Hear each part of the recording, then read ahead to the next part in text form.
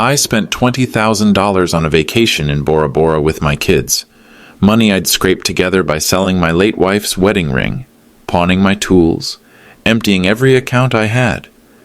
When I walked up to my children at LAX airport with my boarding pass in hand, my son Kevin's face went pale. Not happy to see you pale. Horror pale. Dad? His voice was tight. What are you doing here? Same thing you are, I said. Catching our flight to Bora Bora. Remember? The family vacation I'm paying for? That's when Kevin stepped closer and said the words that would start my $12 million revenge. Excuse me, he told the airline agent, loud enough for everyone to hear. This man isn't with our group. But my daughter Ashley took it further, much further.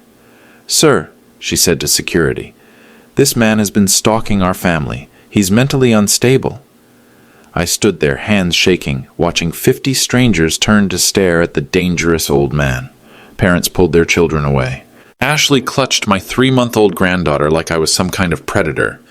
Then she said the words that would cost her everything. We don't have any relationship with this man. He's nobody to us. Nobody. After 32 years of being their father. My name is Rick Sullivan. I'm 68 years old, and I thought I was taking my children on the trip of their dreams. Instead, I was about to give them the most expensive lesson of their lives. Some mistakes cost more than money can buy. This one was about to cost them $12 million they never knew existed. But before I tell you how a family vacation became a final test, let me know in the comments where you're watching from and what time it is there. And don't forget to hit that subscribe button because you're going to want to hear how this betrayal ends. Let me take you back to where this really started. 1991. Margaret had just passed from cancer, and I was alone with 2 kids who needed everything. Kevin was 8, Ashley was 5. I worked double shifts at Sullivan Plumbing, came home with dirt under my nails and exhaustion in my bones. But every night I'd sit on their beds and promise them something. Daddy will always take care of you, I'd whisper in the dark. No matter what happens, you'll never have to worry. I meant it. God help me, I meant every word. Kevin would ask why we couldn't have a bigger house like his friends. Ashley would wonder why Daddy's clothes always smelled like pipes and grease. I'd tell them the same thing. We have everything we need. Love doesn't cost money. I taught them to fish with bent hooks and discount bait. Took them camping in our backyard because I couldn't afford Yellowstone. Made pancakes for dinner when the grocery money ran short. They seemed happy then. They'd hug my legs when I came home, fight over who got to sit next to me at dinner. But here's the thing nobody knew. I chose to live simply, but it wasn't because I had to. The calloused hands, the modest house, the careful spending, that was all part of something bigger, something Margaret and I had planned before she got sick. A test of character that would take decades to complete. If only they knew what I'd been hiding all those years. 1995. Kevin was 12. Ashley was 9. Sullivan Plumbing had grown bigger than I'd ever imagined. What started as me in a rusty van had become the largest plumbing contractor in eastern Massachusetts. Corporate chains were buying up small businesses left and right, and they wanted mine. The offer came on a Tuesday morning, $15 million, cash. I stared at that check for an hour. Enough money to buy a mansion, send both kids to Harvard, travel the world. Enough to never worry about anything ever again. But Margaret and I had talked about this possibility during her final months. Rick, she'd whispered from her hospital bed, promise me something. If you ever get rich, don't just give it to them. Make them earn it. See who they really are first. Her hand was so thin I could feel every bone. Promise me you'll test them, Rick. Find out if they love you or just tolerate you. I promised. And I kept that promise. I took the $15 million and put most of it into investments. Told the kids I'd sold the business for a small amount to pay for Mom's medical bills. Kept working as a regular employee for the new owners. Drove the same truck, lived in the same house, shopped at the same discount stores. Margaret made me promise one thing before she died. That promise would eventually cost my children everything they thought they deserved. I thought I knew my children. I was wrong. The cancer diagnosis came on a Monday. Pancreatic, stage 4. 6 months if I was lucky, the doctor said. Maybe less. I sat in that sterile office, staring at the x-rays that showed my death sentence, and all I could think about was Margaret's words. Find out if they love you or just tolerate you. 30 years had passed since I sold the business. The money had grown. $12 million now, sitting in accounts my children knew nothing about. They thought their old man lived on a modest pension, drove a beat-up Chevy, shopped at Walmart to save pennies. They didn't know I could afford anything I wanted. The doctor kept talking about treatment options and quality of life, but I wasn't listening anymore. In my mind, I was designing something Margaret would have understood, something she'd have approved of, a test. One final chance to see if the children I'd raised, sacrificed everything for, actually loved the man who'd given them life. The Bora Bora vacation had been Ashley's dream since college. She'd show me pictures sometimes, back when she still visited regularly. "Someday, Dad," she'd say, "someday I'll take you somewhere like this." That someday was about to arrive, but not the way she expected. I had $12 million to leave behind, but first I needed to know who deserved it. That's when I designed the final test. The plan was simple. I'd surprise them with the trip of their dreams. Bora Bora, first class, the works. $20,000 of my supposed pension money, more than they thought I made in 6 months. I'd watch how they reacted, how they treated me, whether they included me or pushed me away. If they showed love, real love, they'd inherit everything when I was gone. If they showed me what they really thought of their old man, well, St. Jude Children's Hospital needed donations. I started liquidating things quietly. Sold Margaret's wedding ring to a pawn shop, the one Ashley had never bothered asking about. Pawned my tools, the ones Kevin used to play with as a boy. Emptied my checking account, my savings, even my emergency fund. The kids noticed me being more careful with money. Kevin mentioned it to his wife. Dad's getting really cheap in his old age. Ashley rolled her eyes when I asked if she had a coupon for a restaurant. They thought I was becoming one of those penny-pinching old men who hoard Social Security checks. They had no idea I was betting everything on one last chance to feel loved by the people who mattered most. The tickets were booked. The rooms were reserved. 3 weeks later, we'd all be in paradise together. Or so I thought. The first warning sign came 3 weeks before departure, when Kevin forgot to mention he'd changed his flight time. I should have seen it coming. The phone call from Kevin came on a Thursday evening, casual as discussing weather. "Hey, Dad, just wanted to give you a heads up. Ashley and I moved our flights to the morning departure. Better seats available, you know?" My stomach dropped. "What about my ticket?" "Oh, yours is still the afternoon flight. Sorry, they couldn't change it. But don't worry, we'll see you at the resort. $20,000. That's what this trip was costing me.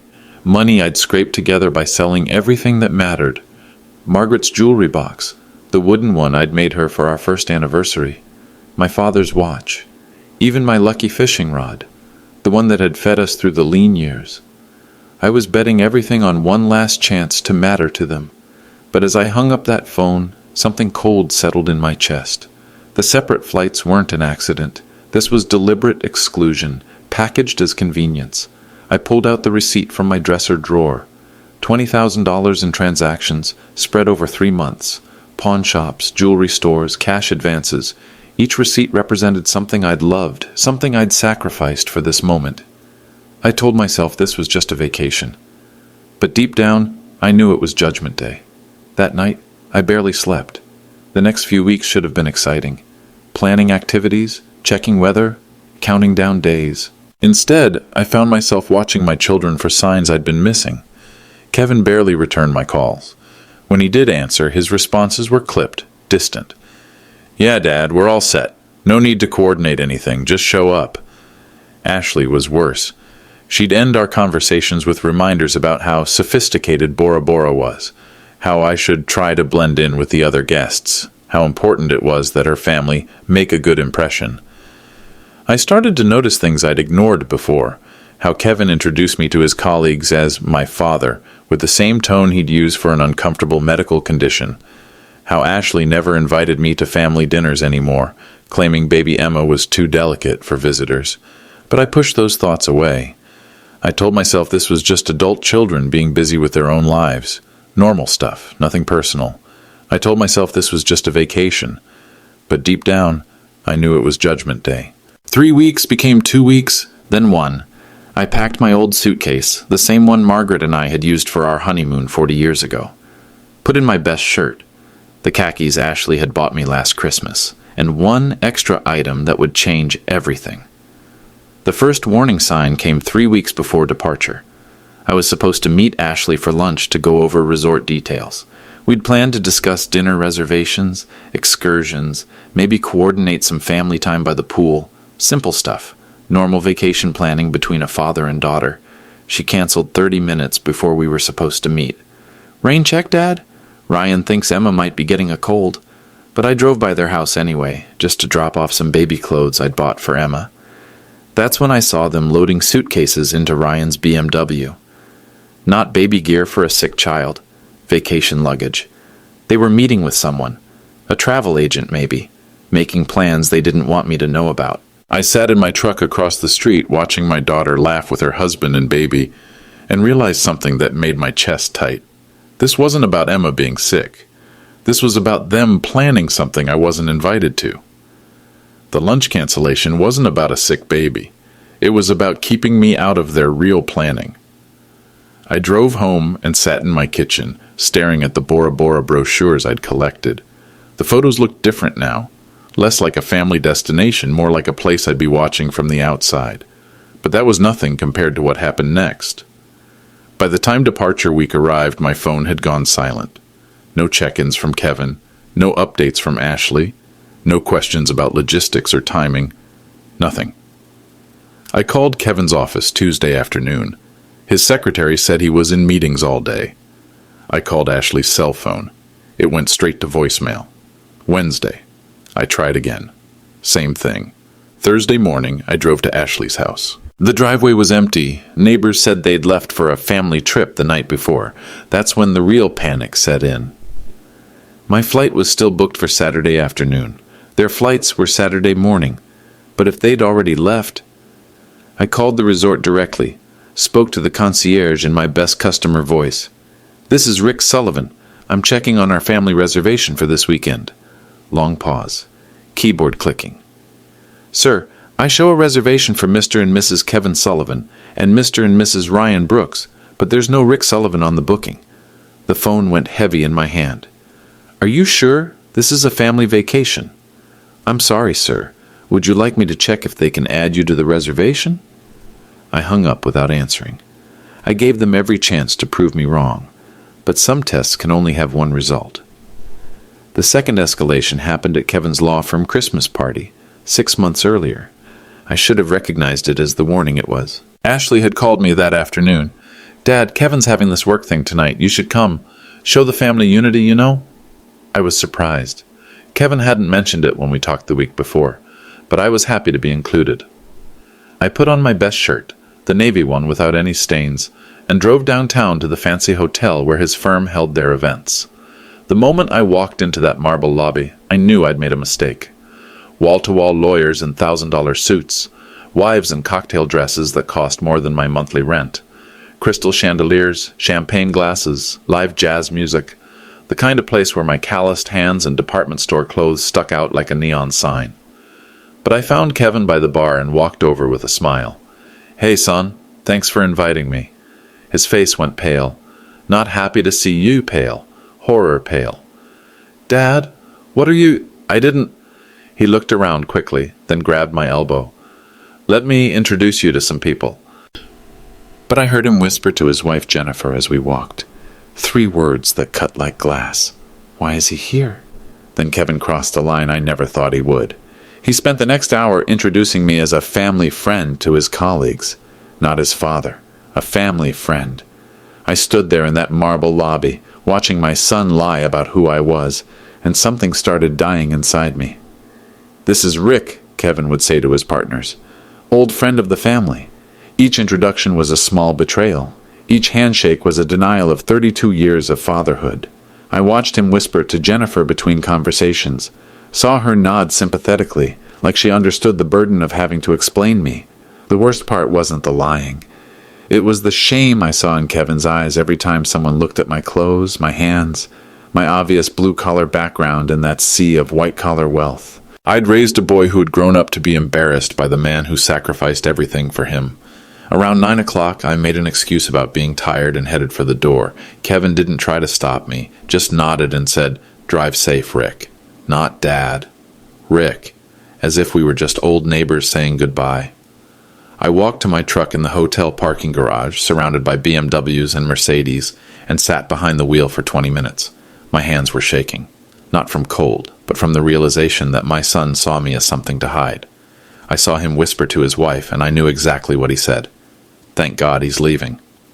But Kevin's betrayal was nothing compared to what Ashley would do to me 2 months later. The handmade crib incident happened in February. That's when I knew the test had to happen. Emma had been born 3 months earlier, and I'd been working on a surprise in my garage. A baby crib, made from maple wood, with hand-carved animals on the side rails. Took me 6 weeks, working every evening after dinner. My arthritic fingers weren't what they used to be, but I wanted my granddaughter to have something made with love, something that would last generations. I called Ashley on a Tuesday to arrange delivery. I made something special for Emma, I said. When's a good time to bring it over? Oh, Dad, you didn't have to do that. But sure, bring it by Saturday afternoon. Saturday, I loaded the crib into my truck bed, wrapped in old blankets to protect the finish. Drove to Ashley's house in their upscale neighborhood, proud as I'd ever been of anything I'd built. Ashley met me at the front door before I could ring the bell. Stepped outside, closing the door behind her. Didn't invite me in. I showed her the crib, pointed out the carved elephants and giraffes, the smooth finish, the sturdy construction that would hold Emma safely through toddlerhood. Ashley looked at it for maybe 10 seconds. Dad, this is sweet, but it doesn't really match our nursery aesthetic. Emma's room has a very specific design theme, and this would just clash. That's when I knew the test had to happen. Clash. That's the word she used for 6 weeks of her father's love. I loaded that crib back into my truck without saying another word. Ashley stood in her doorway, not helping, not apologizing, just waiting for me to leave so she could get back to her aesthetic life. But as I drove home, something crystallized in my mind. This wasn't about money or social class or embarrassment. This was about something deeper, fundamental respect, basic human decency. The kind of love that doesn't care about aesthetics. That night, I pulled out a legal pad and started writing. Names, dates, incidents. A timeline of disrespect that went back years. Kevin's shame at the Christmas party. Ashley's excluding me from family dinners. The way they both talked to me like I was an obligation rather than their father. I'd been making excuses for them, telling myself they were just busy with their own lives. But the crib incident stripped away all my denial. They didn't just take me for granted. They were actively ashamed of me. I packed one extra item that would change everything when the Bora Bora test finally came. A small digital recorder, the kind private investigators use. 48-hour battery life, crystal clear audio quality. If they were going to humiliate me, I wanted evidence. If they were going to prove Margaret right about testing them, I wanted documentation. By March, I'd made all the reservations, spent all the money, prepared all the equipment. Now I just had to wait and see if my children would pass or fail the final test of their character. The taxi ride to Logan Airport should have been exciting. First vacation in 15 years. First time flying since Margaret's funeral. First time seeing Bora Bora, a place I'd dreamed about since watching travel shows as a kid. Instead, I sat in the back seat with dread pooling in my stomach like cold coffee. The driver tried making conversation. Vacation?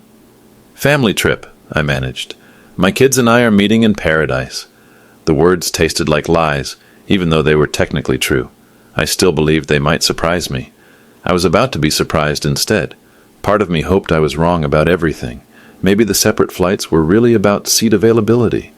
Maybe the lack of communication was just adult children being independent. Maybe Ashley's reaction to the crib was just new mother stress, not active rejection. Maybe they'd see me at the gate and smile, include me in their conversations, treat me like family instead of an unwanted stranger.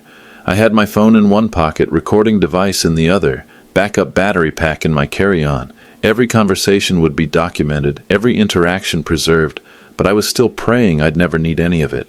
The taxi pulled up to the departure terminal. Families everywhere hauling suitcases and herding kids and talking excitedly about tropical destinations. Normal families doing normal vacation things. I paid the driver and walked toward the entrance. Then I saw them at the gate, and everything became clear. They weren't waiting for me. They weren't even looking for me.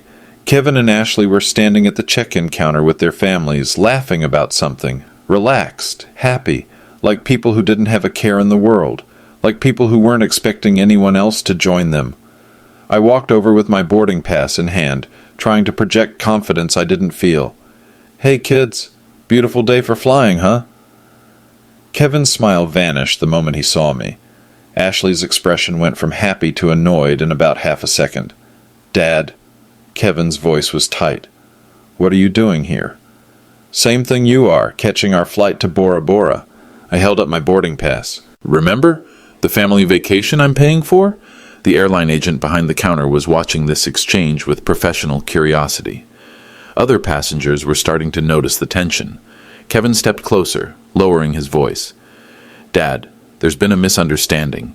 We changed our plans." "What kind of misunderstanding?"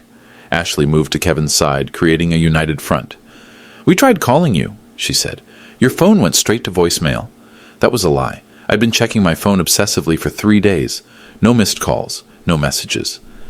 Kevin straightened up, speaking louder now. "Excuse me," he said to the airline agent. "This man isn't with our group." The desk agent looked confused, but what happened next was worse. Ashley raised her voice so other passengers could hear clearly. "Sir, this man has been stalking our family." The word stalking hit the crowded terminal like a gunshot. Conversation stopped. Heads turned. Parents pulled their children closer. My hands started shaking, not from fear, but from the realization that my own daughter was about to destroy me in front of 50 strangers. "Ashley, what are you talking about?" My voice sounded foreign, distant. She didn't look at me when she answered, just kept talking to the airline agent, voice loud enough for everyone to hear. "This man has severe mental health issues. He's been following us around claiming to be our father. We've asked him repeatedly to leave us alone." The recording device in my pocket was capturing every word, but all I could think about was the circle of strangers forming around us, watching my daughter paint me as a dangerous lunatic. Kevin nodded along with everything she said. My son, the boy I'd taught to ride a bike, helped with homework, walked to school for 6 years, standing there letting his sister call me mentally ill. "We're concerned for the safety of other passengers," Ashley continued. "Especially families with children." A security guard appeared from somewhere. Where do they always come from so fast? "Is there a problem here?" Ashley turned to him with tears in her eyes. Real tears. She was actually crying while destroying me. "This man is not our father," she said. "We don't know who he is." But the real knife in my heart came when she said the next part. The words that would cost her $12 million. "We don't have any relationship with this man. He's nobody to us." Nobody. 32 years of fatherhood. 32 years of sacrifice, love, protection, guidance. 32 years of being the most important person in their lives, and I had become nobody. The security guard was asking to see my identification. Other passengers were staring like I was some kind of criminal. The airline agent was typing notes into her computer, probably flagging me as a security risk, but all I could hear was that word echoing in my head. Nobody. I handed over my ID with trembling fingers, showed my boarding pass, explained quietly that this was my daughter, my son, that I'd paid for their vacation. My voice was barely a whisper. The security guard looked at Ashley.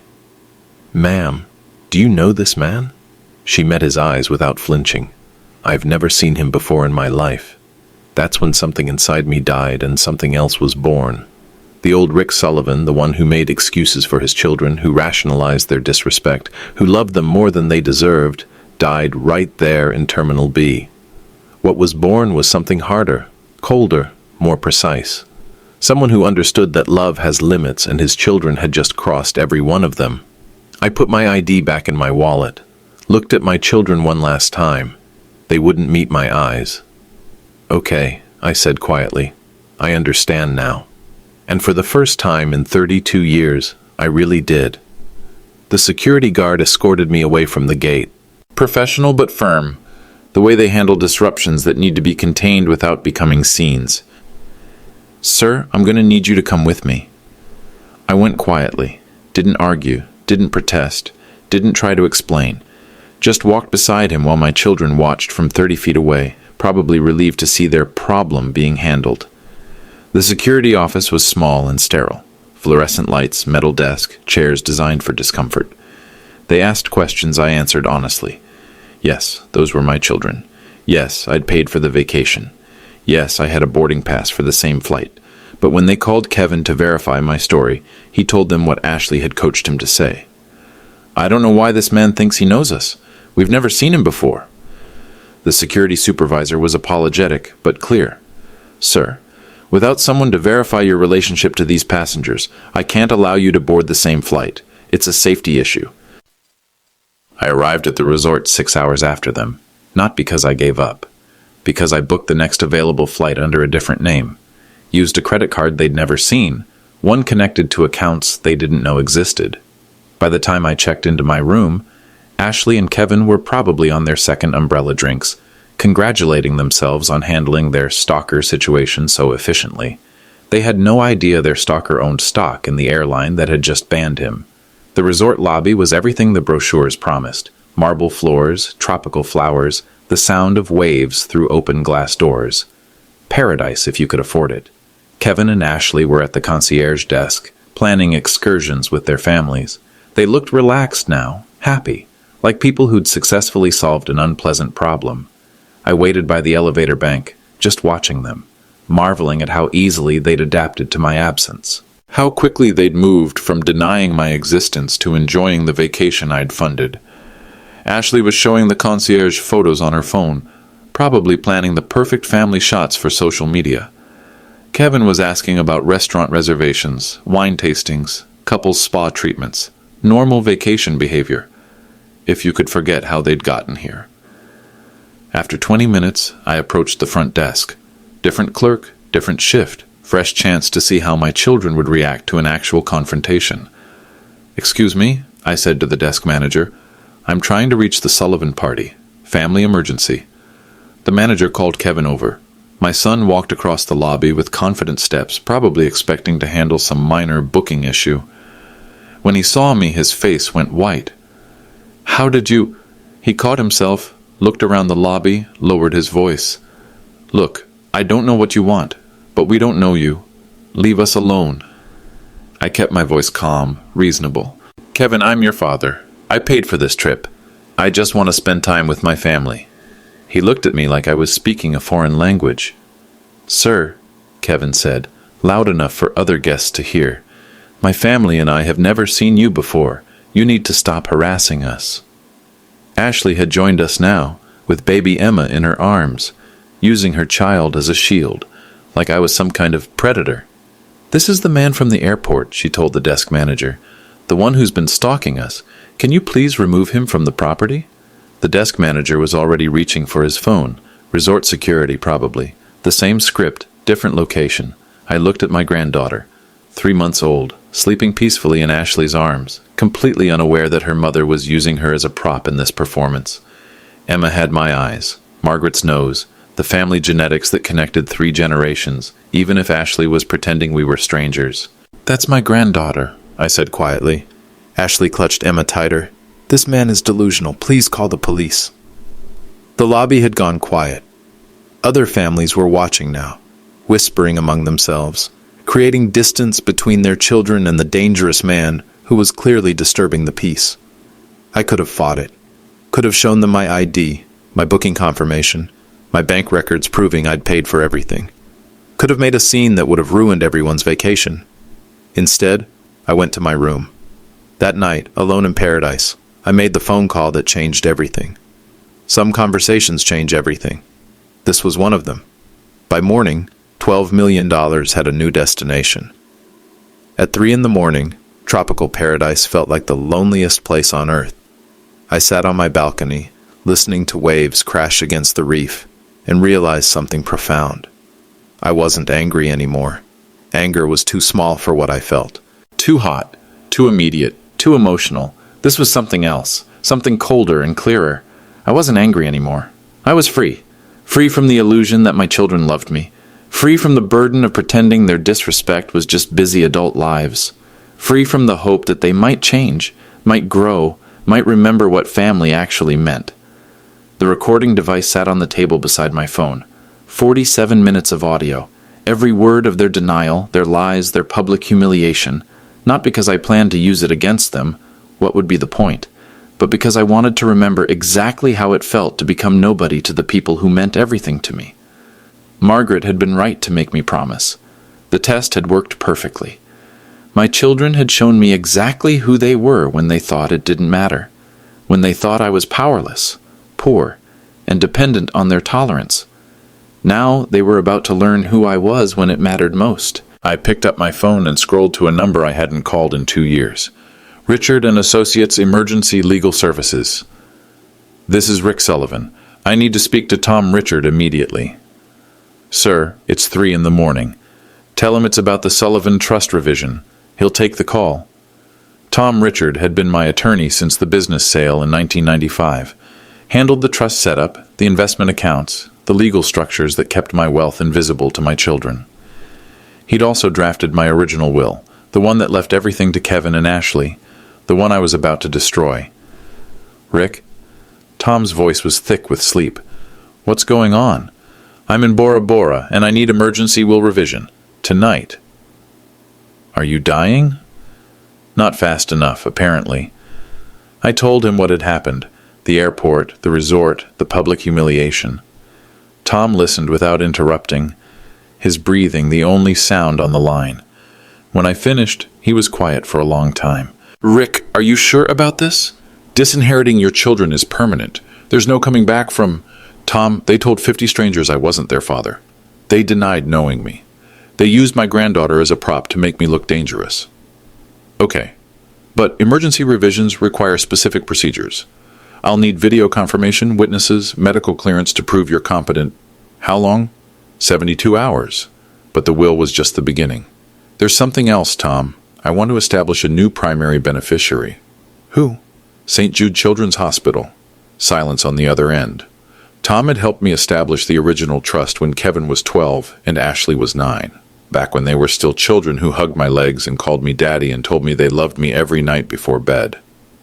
The entire $12 million? Except for $1 each to Kevin and Ashley. Legal requirement to show I didn't forget them, right? Rick, that's... Yes, technically that works, but are you absolutely certain? Tom, I spent 30 years raising children who grew up to be ashamed of their father, who see me as an embarrassment to be hidden, denied, removed from their lives. Why would I leave my life's work to people who wish I didn't exist? The words came out calm, measured. No emotion, no anger, just fact. St. Jude Hospital takes care of children whose parents would give anything for more time with them. Children whose families pray every day for the gift of growing up together. That's where my money belongs, with people who understand what family really means. I'll start the paperwork immediately. Good. And Tom, I want to record a video message for Kevin and Ashley, something they can watch after I'm gone, something that explains their inheritance. The children were about to learn what they had really lost. By Thursday morning, the legal machinery was already in motion. Tom had worked through the night drafting documents, arranging video conferences, coordinating with notaries in 3 time zones. The trust revision was surprisingly simple, elegant even. Kevin Sullivan, $1. Ashley Sullivan Brooks, $1. St. Jude Children's Research Hospital, $11,999,998. While they enjoyed their stolen vacation, I was rewriting their future. I signed the papers via video conference at 9 a.m. Bora Bora time. Tom had arranged for the Hotel Business Center to serve as a temporary legal office. 2 resort employees served as witnesses, watching me sign away my children's inheritance with steady hands and a clear mind. Are you making this decision freely, Mr. Sullivan? The notary asked through the laptop screen. Completely freely. Do you understand the permanent nature of this revision? I understand that my children have made their choice about our relationship. I'm simply making mine. The documents were filed electronically within the hour. Backup copies sent to 3 different law firms. The trust restructuring was irrevocable, immediate, and legally bulletproof. In the space of 1 morning, Kevin and Ashley had gone from inheriting millions to inheriting pocket change. They were probably at the beach by now, sipping drinks I'd paid for, laughing about how efficiently they'd handled their stalker problem. But I had one more surprise they never saw coming. The video message took 6 takes to get right. Sitting in my hotel room, laptop camera focused on my face, trying to find the right words for the children who no longer claimed me as their father. How do you say goodbye to people who've already said goodbye to you? Take 1 was too angry. Take 2 was too sad. Take 3, I started crying halfway through and had to stop. By take 6, I'd found the right tone. Calm, factual, educational. Kevin and Ashley, if you're watching this, it means I'm gone and you've just learned about your inheritance, or lack thereof. I explained everything. The business sale they'd never known about. The money I'd saved and invested for 30 years. The test I'd designed to measure their love. The spectacular way they'd failed it. I want you to understand something, I said to the camera. This isn't punishment. This is just consequences. You told everyone at the airport that I was nobody to you. You denied knowing me. You used my granddaughter to make me look dangerous. But I had one more surprise they never saw coming. The real revelation wasn't about money. It was about time. There's something else you should know, I continued. Something I should have told you months ago. I'm dying. 3 words that changed everything about their behavior. 3 words that transformed their cruelty from disappointing to unforgivable. Pancreatic cancer, stage 4. The doctors gave me 6 months. That was 4 months ago. I paused, letting that sink in for whoever would eventually watch this recording. The Bora Bora trip wasn't just a vacation. It was my chance to spend my final months with the people I loved most. My chance to see my granddaughter in paradise. My chance to create one last perfect memory with my family. The words came out steady, controlled. No self-pity, just fact. Instead, you used my dying months to publicly humiliate me, to deny I existed, to make sure everyone around us knew how ashamed you were to be associated with me. I looked directly into the camera.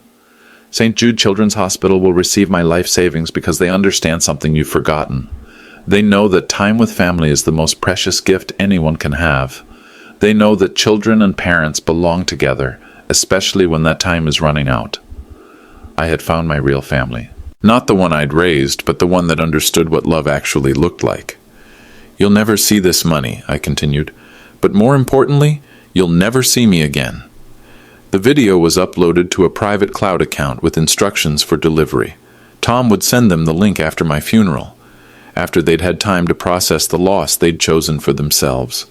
I spent my remaining time in Bora Bora doing something I should have done years ago, taking care of myself, sleeping late, eating good food, watching sunsets without checking my phone for messages that never came. Kevin and Ashley were somewhere on the same island, enjoying their vacation, probably posting photos on social media, telling friends about their amazing family trip, maybe even mentioning how peaceful it was without any drama or complications. They had no idea their financial future had just been transferred to sick children in Memphis. On Saturday, I flew back to Boston alone, not because I was defeated, but because I was complete.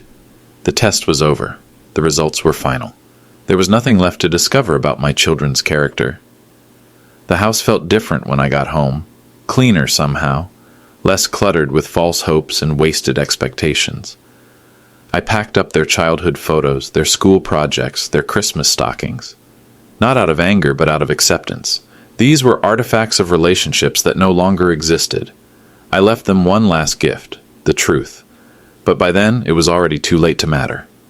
Monday morning, I started disappearing, not dramatically, not with threats or ultimatums or final confrontations. I just began the quiet process of removing myself from their lives as completely as they'd removed me from theirs. First, I changed my phone number. 32 years of being available whenever they needed something, and now my children would get a number-disconnected message if they ever bothered to call. Then I closed my checking account at the bank where Ashley worked as a customer. Moved everything to a different institution across town. No reason to make their professional life awkward with reminders of family they'd rather forget. I canceled my newspaper subscription, stopped my mail delivery, arranged for utility shutoffs. The house would be sold within the month. Tom was handling the paperwork. The proceeds would go to St. Jude along with everything else. They wouldn't realize I was gone until checkout. That's exactly how I wanted it. No drama, no scenes, no opportunities for them to explain or apologize or make me feel guilty for protecting myself. They'd made their choice at the airport. I was nobody to them. Fine. From now on, they'd be nobody to me. By Wednesday, I was living in a furnished apartment near Boston Children's Hospital, volunteering in the pediatric wing, teaching sick kids to play checkers, reading stories to children whose parents would give anything for more time together. The call from Kevin came on Thursday. I saw his name on my old phone, the one I hadn't turned in yet, and let it go to voicemail. Then I listened to the message while sitting in my empty apartment. Dad, it's Kevin. Ashley and I have been trying to reach you since we got back from Bora Bora. We need to talk. There are some things. Look, just call me back, okay? It's important. His voice sounded different, smaller somehow, less confident than the man who denied knowing me in front of 50 strangers. Ashley called 2 hours later. Daddy? The word hit like a physical blow. She hadn't called me Daddy in 15 years. Daddy, where are you? We went to the house and you're not there. Your neighbor said you moved? That doesn't make sense. Why would you move without telling us? They had no idea what was waiting for them at home. 3 days later, Ashley called again. Dad, this is getting scary. No one's heard from you. Ryan thinks we should call the police. At least call me back so I know you're alive. By Friday, Kevin was leaving messages that sounded close to panic. Dad, whatever's going on, we can work it out. Just please call me back, please. But there was nothing left to work out. The children at Boston Children's Hospital didn't care that I was a plumber who'd never been to college. They didn't care about my clothes or my accent or whether I fit their aesthetic. They just cared that I showed up. Every Tuesday and Thursday I'd sit in the playroom with kids who were fighting cancer, reading books and playing games and listening to stories about their families. Real families. The kind where parents slept in hospital chairs for weeks at a time, where siblings donated bone marrow without question, where love was measured by presence rather than presence. 8-year-old Maya had leukemia and parents who'd sold their house to pay for treatment. She taught me to play Pokemon cards. 10-year-old James had brain cancer and a father who hadn't left the hospital in 6 weeks.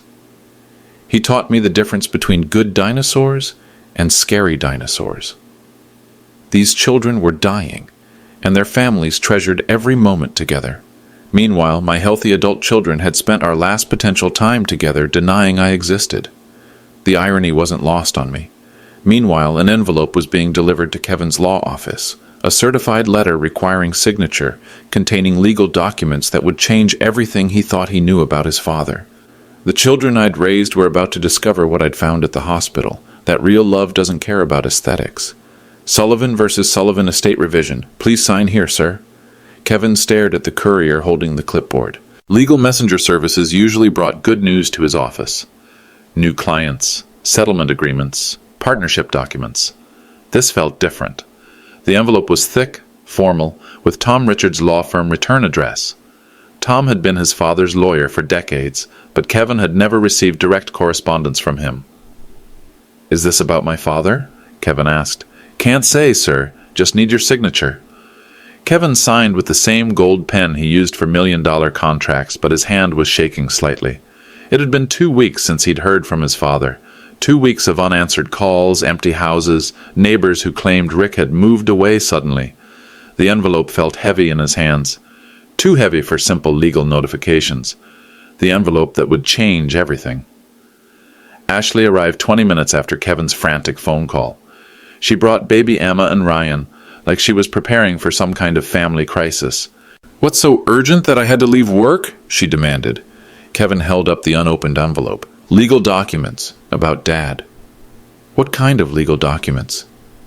I don't know. I was waiting for you. They sat in Kevin's corner office overlooking Boston Harbor and stared at the envelope like it might explode. Kevin opened it first. The cover letter was brief and professional. Dear Mr. Kevin Sullivan and Mrs. Ashley Brooks, please find enclosed the revised last will and testament of Richard Sullivan, executed on date in Bora Bora, French Polynesia.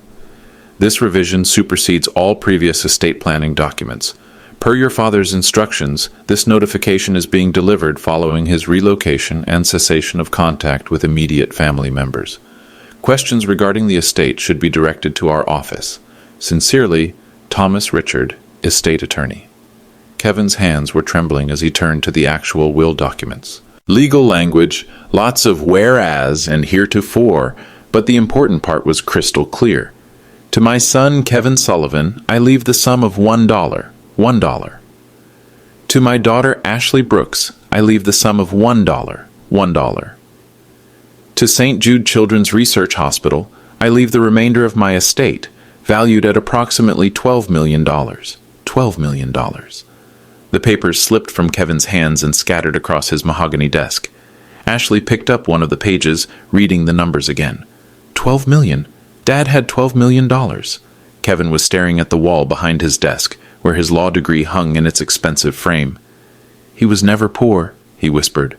All those years we thought he was just a broke plumber. But there was one more document in the envelope. A USB drive with a label in Rick's handwriting. For Kevin and Ashley, watch alone. Ashley's hands were shaking as she held the USB drive. What do you think is on here?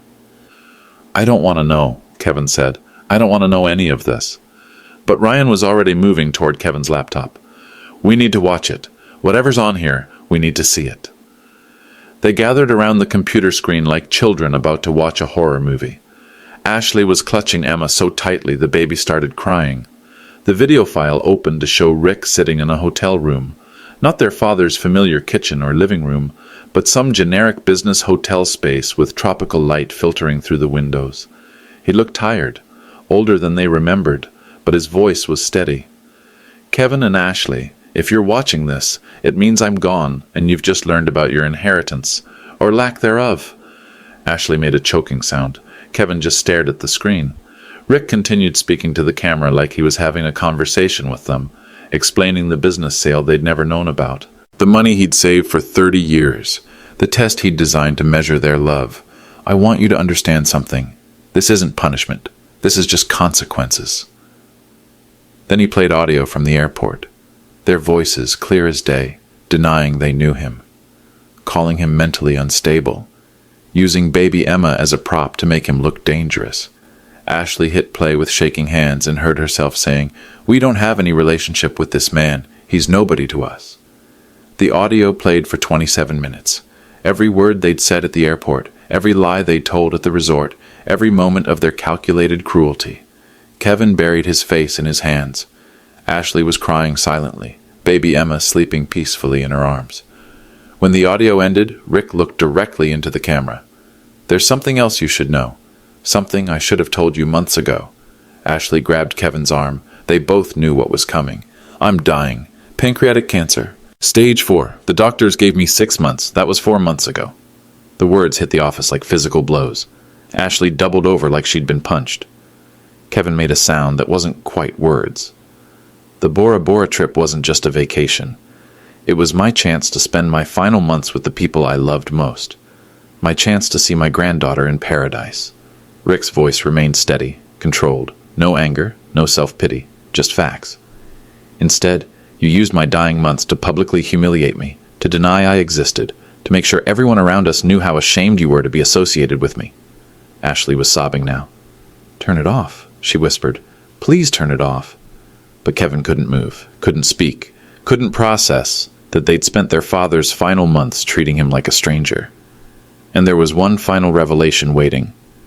The thing that would haunt them forever. "You'll never see this money," Rick continued from the laptop screen. "But more importantly, you'll never see me again." He held up a photograph. Ashley and Kevin as children, maybe 6 and 9 years old, sitting on his shoulders at some long-forgotten beach vacation. All 3 of them laughing, covered in sand, looking like the happiest family in the world. I kept this picture on my desk for 30 years. Every morning when I woke up, every night before bed, I'd look at it and remember why I worked so hard, why I saved so much, why everything I did was for you. He set the photo down gently. St. Jude Children's Hospital will receive my life savings because they understand something you've forgotten. Time with family is the most precious gift anyone can have. Rick looked directly into the camera one last time. Love cannot be purchased, and when you lose it, no money can buy it back. The video ended. The office was completely silent except for Ashley's quiet crying and baby Emma's soft breathing. Kevin tried calling their father's number immediately. Disconnected. He called the old house. New owners. Ashley drove to the neighborhood where they'd grown up, Emma in her car seat searching for any sign of where Rick might have gone. The neighbors told her he'd moved out weeks ago. No forwarding address. They hired a private investigator. Kevin used his legal connections. Ashley called hospitals, retirement homes, anywhere an elderly man might go when he wanted to disappear. 3 weeks later, they found him. Not in a nursing home or assisted living facility, but volunteering in the pediatric cancer ward at Boston Children's Hospital. Reading stories to sick children. Playing board games with kids whose parents never left their bedsides. Ashley watched him through the window, holding baby Emma, seeing her father surrounded by children who weren't his but who clearly loved him. But Rick had one final message. When he saw them watching, he didn't acknowledge their presence. He just kept reading to the children who appreciated his time. The last message came through Tom Richards' office 6 months later. A single photograph, no letter. Rick in the hospital playroom surrounded by children in wheelchairs and hospital gowns. All of them smiling, laughing at something he'd just said. Real laughter, genuine joy. In the corner of the photo, someone had written 2 sentences in Rick's familiar handwriting. True wealth cannot be inherited. It must be earned through love. Some lessons cost more than money can buy. By then, Kevin and Ashley had learned that their father had died peacefully in his sleep the week before, surrounded by his hospital family, children and parents who'd become his chosen family in the final months of his life. The funeral was small, just the hospital staff and the families he'd helped. Kevin and Ashley stood in the back, unwelcome strangers at their own father's service.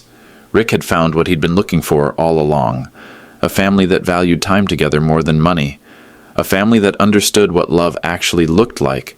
He died knowing his money would help children whose parents treasured every moment with them, while his own children learned that some inheritances can't be measured in dollars.